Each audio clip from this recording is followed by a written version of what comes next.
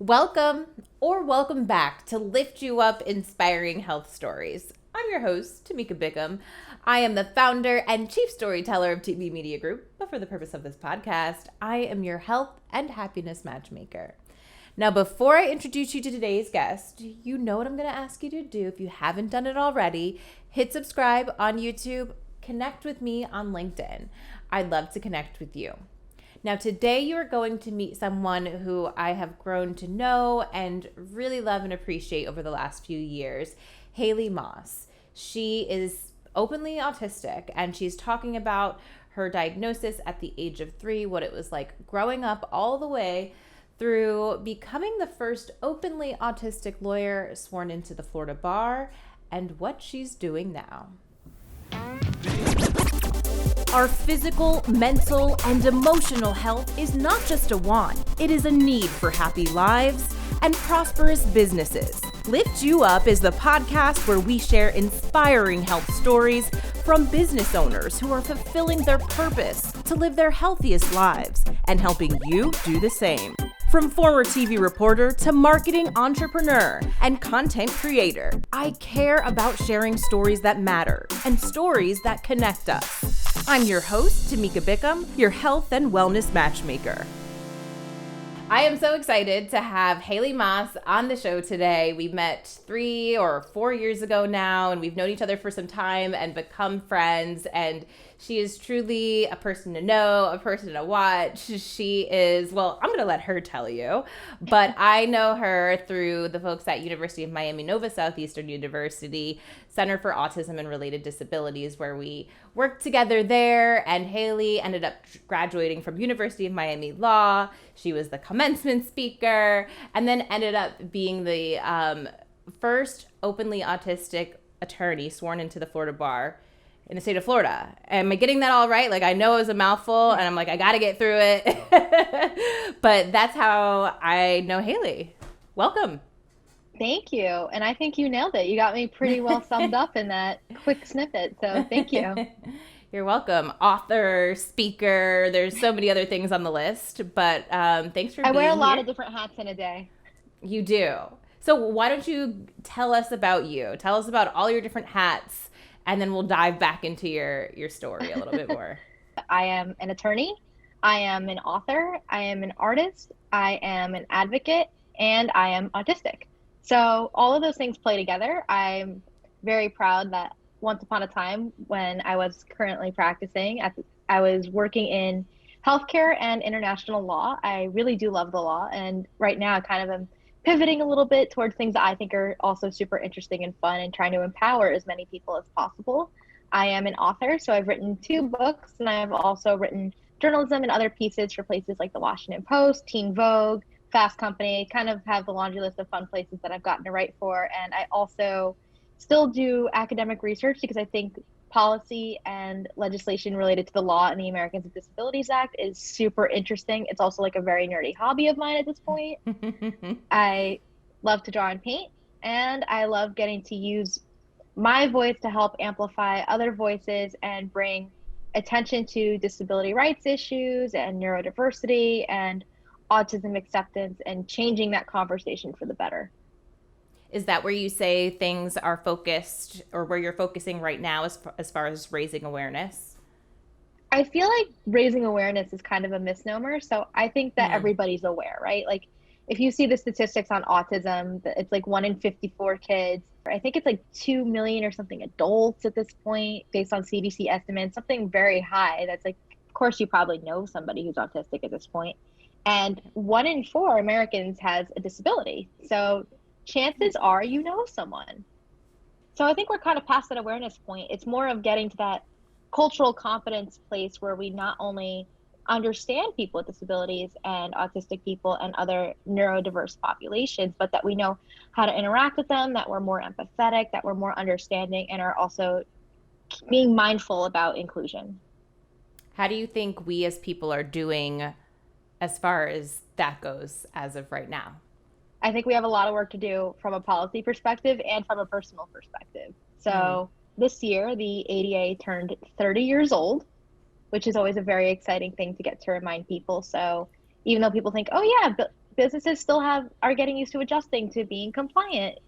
Y'all, the ADA is older than me. And I think personally, we're still learning how to Right. interact with people who are different than we are. We're still learning that what is the right thing to say? What are we supposed to do? What does meaningful inclusion look like? I want to learn more. I mean, I know the story, but I want you to share with the listeners or viewers more about you, your upbringing, and really how you got to where you are now. My parents found out I was autistic when I was 3 years old and got a lot of support from our friends at CARD. That definitely came full circle because I eventually did go to University of Miami for law school. I serve on the board at CARD, full disclosure. I worked very closely with all the folks there. So it definitely was full circle in that regard. But my parents didn't tell me I was autistic until I was 9.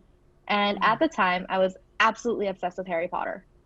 So when I got sat down for the talk, my mom was like, you have magical powers, just like Harry Potter. And of course, being 9 years old, I'm going to buy it. Like, I have no reason to believe there's no magic in me. Like, that sounds like the coolest thing in the world, right? And she explains that, like Harry, I was different from the people that I grew up around, but that wasn't a bad thing. Having that to relate to taught me that different wasn't a bad thing. It's just different, and different could be extraordinary. So having that kind of understanding made me feel very self-confident. I didn't think I was the weird kid. And a lot of autistic people that I know will tell me, oh my God, I spent my whole life thinking I was weird and now I know why. And I'm like, I just thought everyone else was weird for not wanting to hang out with me. I thought I was like the coolest person around. So I had that very accepting framework growing up. I didn't realize it until I realized that people were excluding me because they didn't know what to do. Or they would make a offhand comment, like when I was in high school, I remember going to the college fair and collecting all the brochures from all these big fancy schools, being really excited about going to college when I grew up, like everybody else in my high school was. And some girl, knowing that I was autistic because I told my class the year before, it kind of got outed, long story short. And she tells me, Haley, you don't have to worry about this. Colleges love that stuff, that disability stuff. You could have been born a vegetable. You're going to get in wherever you want. And I just felt very taken aback because I know that I was probably working twice as hard in some respects to be on equal footing as my peers. And I was taking the same classes. I took the same SATs. I still took AP classes. I did all the same stuff. I had extracurriculars. I served on the student newspaper. I did all of the right things, so to speak. And I'm like, you're trying to reduce the fact that I'm working just as hard as you to the fact that, oh, someone's going to take pity on you someday. The more time that I've learned and the more time that I've spent in disability rights spaces, the more I realize how absolutely hurtful that was. I felt it was offensive at 15, but seeing it 11 years later, I'm like, that's offensive for more reasons than I can count. Mm-hmm. And I also don't want somebody's pity. I make it very clear. I'm like, don't feel bad for me. I just see it as my brain works a little bit differently. Some things are really hard for me and some things are really easy for me. And that's how it is for most people. Right. What are some of those things that are really hard for you? So I'm one of those people that is very disorganized, and I'm trying to work on that a little bit more. So I need routine, and obviously with the pandemic, it's been kind of hard to have that. I also struggle a lot with some of like those like taking care of myself skills, sometimes starting and stopping things because I get really excited about things that I love to do. And then I'm like, wait, you got to stop. Mm-hmm. Things like that. And I'm also like sensory things too. What does that mean? So I'm one of those people that gets kind of overloaded sometimes at like super loud places, super crowded places. And it's that for me, I just feel it on overdrive. And then it's like, it just becomes really exhausting. Mm-hmm. The way that I usually try to describe it is imagine being in like Walmart or Target and you're in the electronics aisle and all the TVs are on and they're all on different channels and the volume is on every single one of them. And I'm going to tell you, just focus on one. Just one. And you're probably going to feel kind of overwhelmed and kind of exhausted and think it's really hard. Yeah. But try having that feeling everywhere you go. No, I mean, those are great examples to help kind of put that in perspective to help others mm-hmm. understand that. So mm-hmm. I want to go back a little bit because you mentioned about in high school, mm-hmm. some of your peers excluding you. Mm-hmm. Why do you think they did? Was it because they knew you were autistic, or was it because that they saw certain things? Like, what was the reason that you think they started excluding you? I honestly think it's a little bit of everything. And what I've noticed, and I see this a lot more in my adult life, is something that I like to call benevolent ableism. So it's a form of stereotypes and prejudices, but they're well intended. When I was in high school, a group of girls for one of our friend groups, like 16th birthday party, they were all going to go to Disney World together.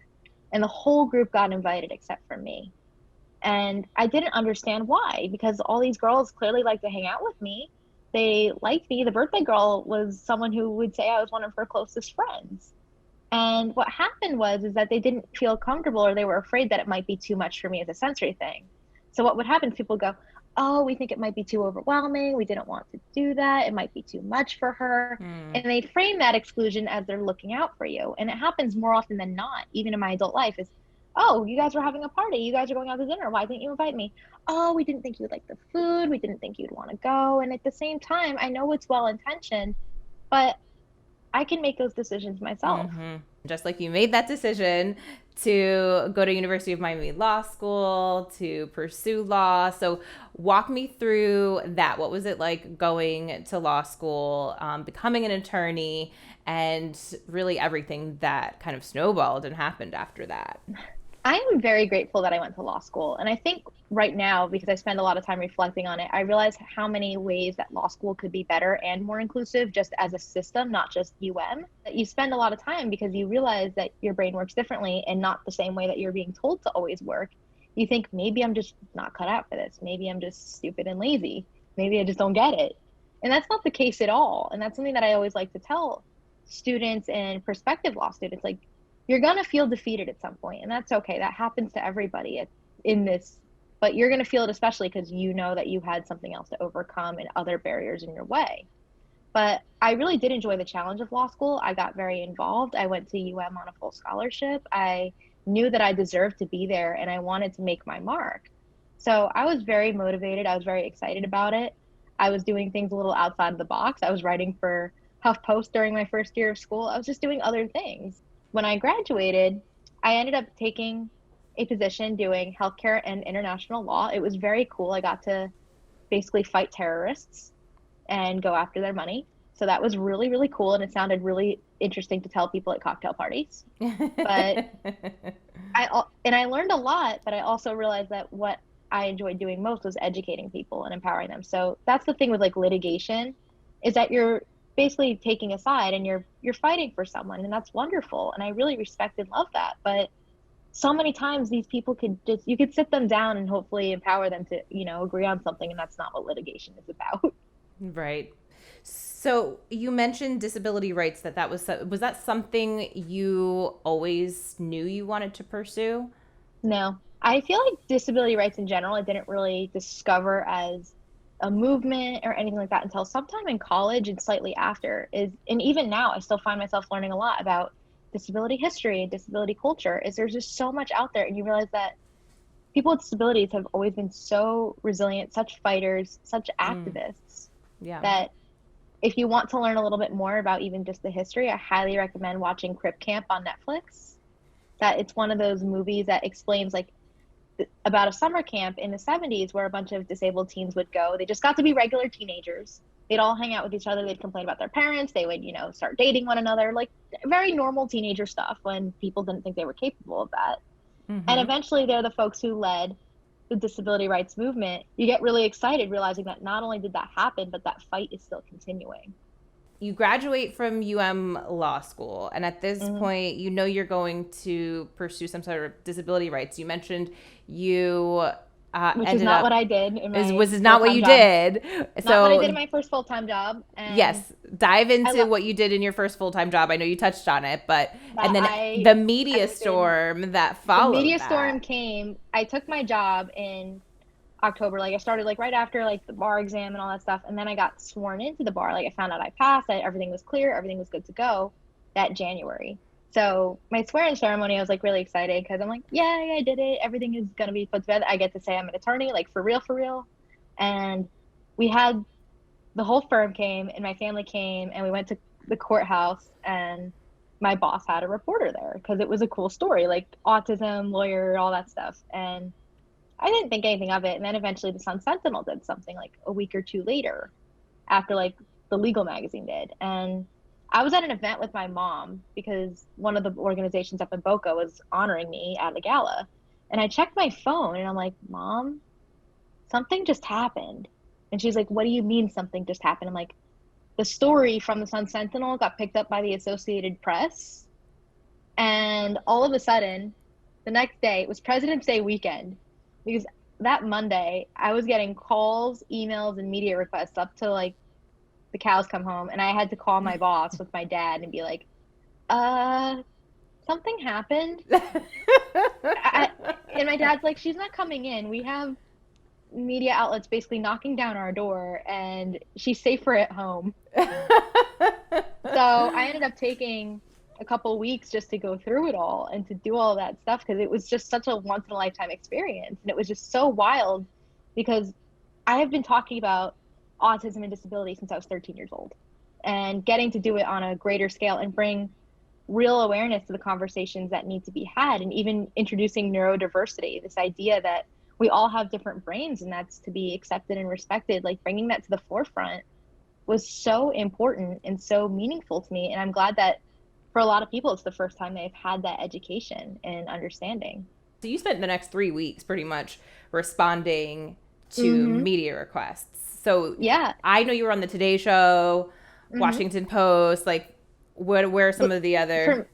I don't even know who to name first, but I think the coolest thing for me is at some point towards the end of it, I decided to reclaim the narrative. So often the story about me is once she was nonverbal and now she's a lawyer. And I feel like that doesn't tell the whole story. That doesn't tell you what barriers that I've faced. It doesn't tell you what kinds of stuff that autistic people are still fighting for. It doesn't tell you who I am as a person. It tells you a version of me that says, if she can do it, you can do it too. And it's like, that's not the narrative that I'm about. That I want people to think critically.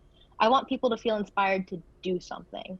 So I'm really grateful that I had the platform, and I did get to get written up in different places, and I did try to bring that understanding as best I can in a way that made sense to as many people as possible. So you reclaim the story. What is that story that you're continuing to tell now? The stories that I like to tell, I told stories for like when I told the story for HuffPost, I talked about what it was like opening that conversation about neurodiversity at work.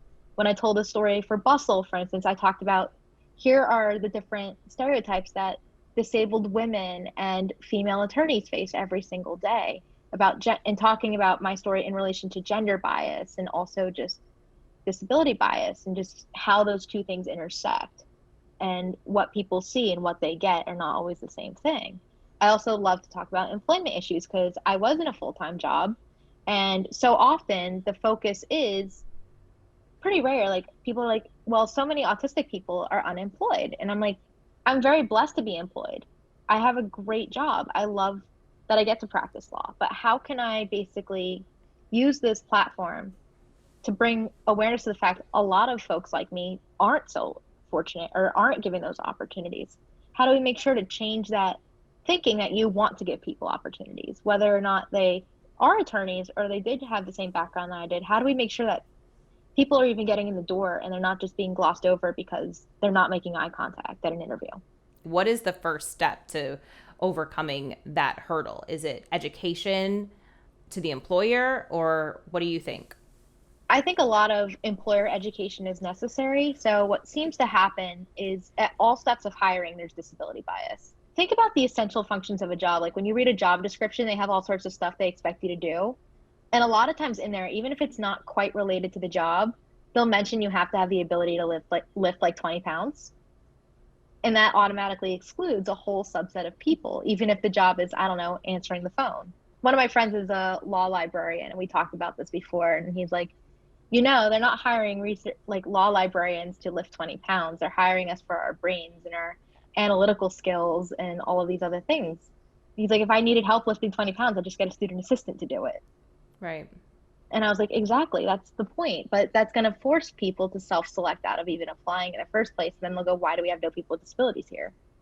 And with the eye contact thing, the problem is a lot of people register something like that. It's just a sign of trustworthiness or a sign of attention. And that's kind of where this cultural gap and cultural competence comes in. And it's something that I'm actually researching a little bit more in depth for my book, so that people know how to, at least lawyers know how to communicate better with people who are autistic or otherwise neurodivergent. So what seems to happen is they look at it as trustworthiness. If you look away, you're probably like lying to them. The truth is, sometimes it's just uncomfortable to look somebody in the eye. It just is. For whatever the reason, it might feel physically uncomfortable. It might mean that all of your attention is suddenly shifted on looking at that person rather than actually, paying attention to what they're saying. So it's kind of reframing how we see these things and why are they so important to us in the first place? Like, why is it so important that we control certain body language? Is it social pressure? Is it that we think it's a certain measure of intelligence or a certain measure of trustworthiness or a certain measure of dedication? Like, why do we feel this way? And how do people who don't do those things perceive those things at the same time? So there's kind of this double-sided version of what is really going on. From my side, at least, it just sounds like a lot of understanding and education is needed, because it's like, listen, if you tell me that and I know that, then I understand, you know? So I want to talk a little bit about your book I'm so excited. that you are so excited and feverishly working on. I know you have a deadline coming up. So tell me, what is the book, the name of the book, and what it's about? So currently, this book is tentatively, I'm hoping this is the final title still, but it's Great Minds Think Differently, Neurodiversity for Lawyers.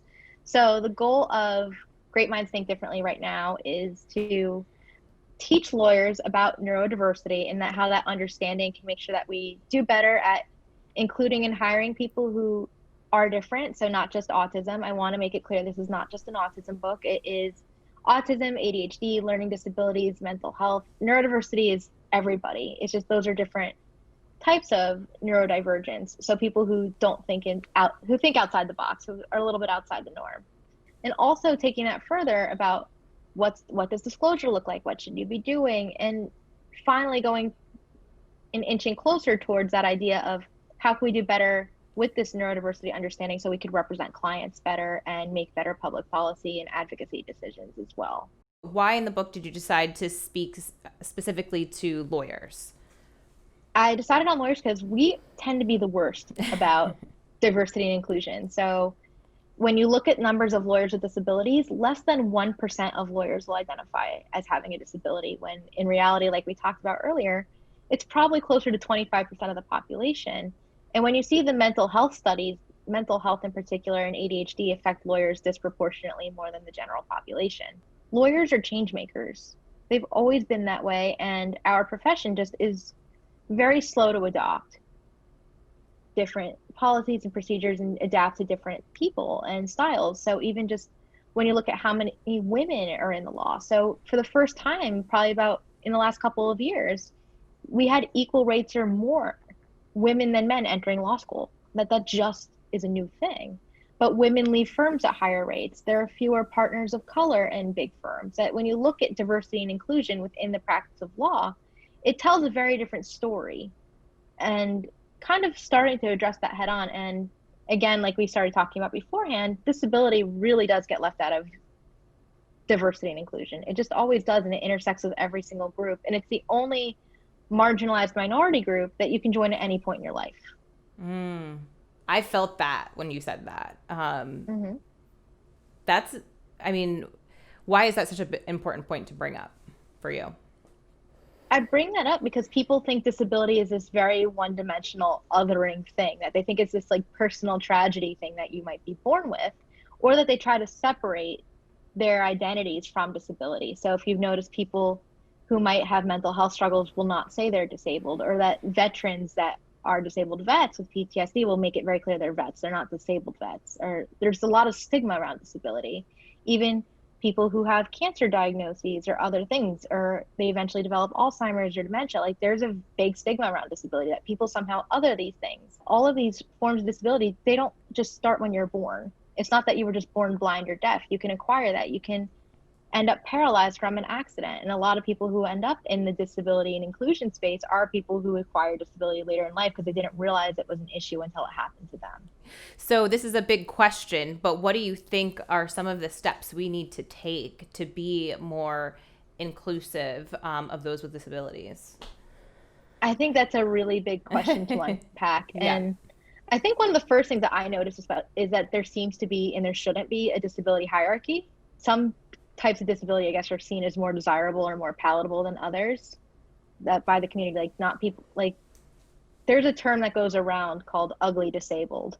And people don't want to see quote unquote ugly disabled. So people with like facial disfigurements, people who might just like look different. Like when you see those TikTok challenges about people who are disabled who like have like disfigurement and whatnot, like look how ugly they are and things like that, that they're not the people that they want to see at the forefront of these conversations, and they're the ones who are obviously impacted. That people want to see just like a regular person in a wheelchair, or they want to see just something that they don't notice. They want to experience your disability mildly, to put it nicely. And people that really end up at the bottom of that, other than people that are quote unquote like ugly disabled, are people with intellectual disabilities, that they're seen as pitiful. They're not treated like real adults. So often when I talk about adults with intellectual disabilities, I'm like, please remember they're adults. Don't treat them like they're 5, because they're not. Just because they might need things broken down differently, that doesn't mean that they can't understand adult things, or that they're not capable of doing adult things. There's so many little things that you could do that show that you are trying to be welcoming and accommodating, that don't really require that much effort. So I'm still learning how to do some of these things too, and that's okay, because disabilities are a really wide range of conditions and experiences, and it also affects every group across socioeconomic status, race, country, what gender. It doesn't matter. Mm-hmm. Do you think that makes the So challenge that much greater because there is such a wide range? I think so, especially because every community handles disability differently. Is that some cultures have more shame around it, that it's scarier to be out if it intersects with race. You have to see disability issues as an intersectional issue. Mm-hmm. That it isn't just disabled people that are white, it isn't just disabled people who have money, it isn't just professional disabled people like me that are attorneys that should be somehow leading this conversation. It should be so much greater, because the issues that affect people with disabilities affect people across all issues, all places in the lifespan, all parts of the world. That it doesn't matter if you're a newborn or you are basically at the end of your life, that these issues affect you. And disability issues affect every piece of policy, law, and place that we go. Is there anything else that would be helpful as far as just taking one small step forward? I always tell people, don't be afraid to ask questions, because I know that it's really messy if you don't understand like the language of disability, what you can and can't do. That just treat us like people. I always say the first time I disclose, the best answer in reaction that I could get is so what? Mm-hmm. Like the best answer I get is like, I don't care. Like, why should I care? Great. You shouldn't. You shouldn't care. You shouldn't treat me differently. You shouldn't talk to me like I'm 5. You shouldn't assume that I don't understand things or can't do things. Great. If you don't care, wonderful. Best reaction I could hope for. But it's okay to ask questions of Yeah. like, do you feel comfortable with this? Or how, like, even with accommodations at work, I love when it's a more informal conversation and we lead that way. How can we help you do a better job? Or how can we help you feel less distracted? Or how can we make sure that you're able to do what you need to do, rather than just, do you need an accommodation, like looking at it like it's a bad thing. Mm-hmm. I love that you said, don't be afraid to ask questions, because I think sometimes people feel uncomfortable about the conversation. Absolutely. So they don't want to ask. Just, and boundaries, like I know for me, I will let you know if you're violating my boundaries. Yeah. And I know that's always where I think questions get funky. I'm like, you can ask questions. If you're afraid of offending me or that you'll overstep a boundary, I will let you know. And I will call you in and gently tell you that makes me feel uncomfortable. I'm not going to answer that. Let's steer this towards something else. Like I will very much tell you I don't feel comfortable answering a question. Right. And at least asking questions, getting answers help open the lines of communication Everybody and messes up. understanding. Right. You're going to mess up. Like it's fact. I know on a lot of social issues that I'm not as well versed in, I will mess up.